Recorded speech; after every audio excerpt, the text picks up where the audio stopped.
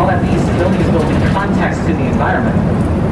It's made to look like an aerial snapshot of traffic zipping around a major expressway. The building is built right next to a major expressway, so there's an interplay between the two.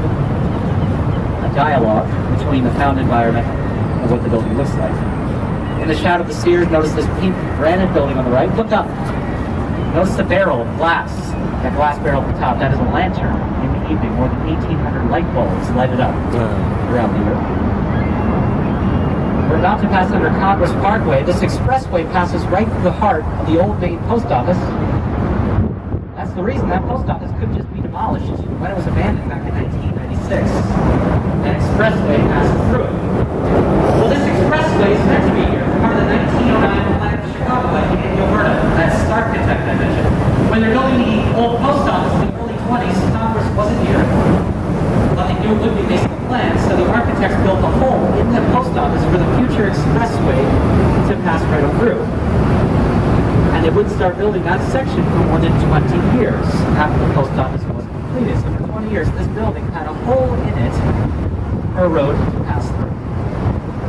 On the right-hand side, we see the Sears in detail. The building officially rises 1,451 feet, 110 floors.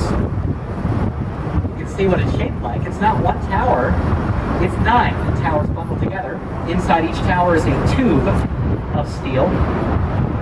Imagine taking a straw, you can bend it in half easily. Take 9, put those together, you can't quite bend it as easily. And that's called bundled tube technology. Keeps it stable against wind forces coming at it. This idea was pioneered by Dr. Foster Khan, an engineer from Bangladesh, and the architect. It keeps it stable against wind.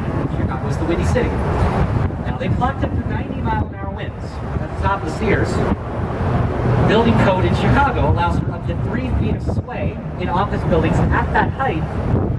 So in my mind, you're thinking, okay, it does this all day. It doesn't. It's still stable, but that's what it's built for, 3 feet. Historically, the Sears has only swayed about 6 inches. That red dot is a "you are here." This is a map, a mural of the river, where you are on it. Oh. Let's take a moment with that. That's kind of cool. I love that.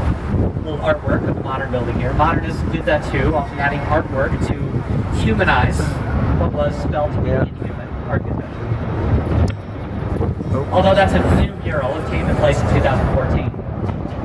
Now when we look up the western end of the Sears, these 4 boxes hanging off the side. You can see those. Those are called sky ledges at the sky deck. Clear glass balconies you can walk out to and look straight down 103 floors. You're going to do it, I get it. I totally understand. I'm here to assure you they are perfectly safe, except for the time one of them cracked in 2014. But other than that, you should be perfectly fine. I think they've worked out all the kinks. I'm sure it's fine now. Tallest building in the world. At one point, the Sears Tower. Today, the Burj Khalifa in Dubai, 2,717 feet. Imagine if you took the Trump building or the Hancock building, you stacked it on top of the Sears Tower. That's essentially the Burj in Dubai. Who's the architect of the Burj?